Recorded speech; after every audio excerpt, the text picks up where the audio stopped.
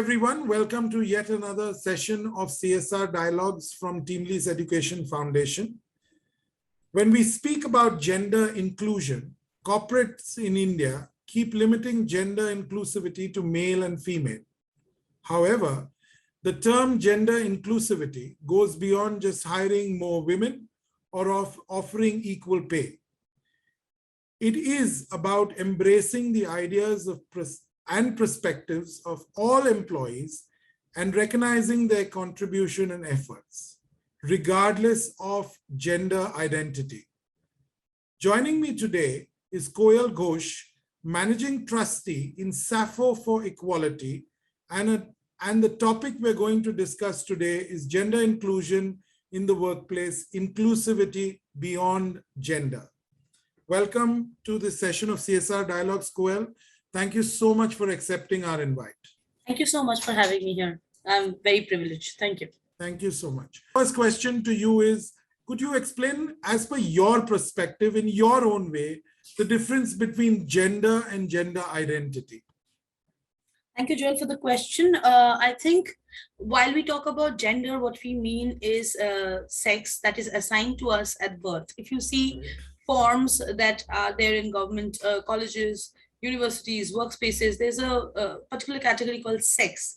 And there are two options, male and female, which is when we are born, we are assigned a particular sex based on our genitalia, our external genitalia, right?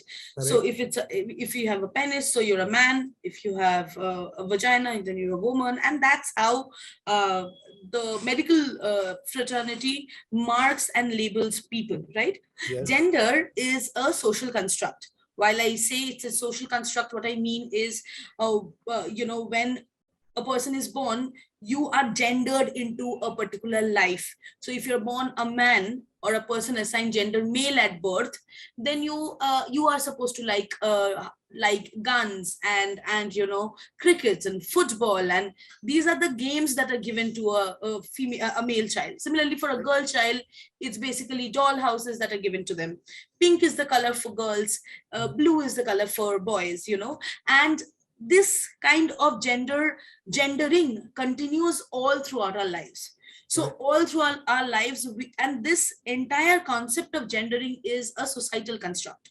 It's a society which in form of a family functions and tells you, if you're born a female or your gender assigned at birth is female, then you're supposed to grow your hair, you're supposed to, learn how to cook, you should learn how you can work, but you should definitely get married, you should have children, and all of that is okay.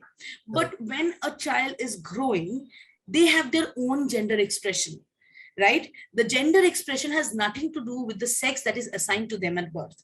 So maybe a child is born female at birth, but inside they might feel that they are absolutely a man, right? Similarly, somebody who's assigned gender male at birth may feel that inside their heart, inside their mind, they might feel that they are a woman, right? So that is when the category of transgender persons is, included within the gender spectrum. So what is a trans person? A trans person is somebody who has gender dysphoria, which is the gender that was assigned to sex that was assigned to them at birth is not the sex that they comply with, and hence through surgical intervention or medical or legal intervention or social intervention, some sort of transitioning they undergo, and then they try to fit in with the gender that they are ascribed at birth, right?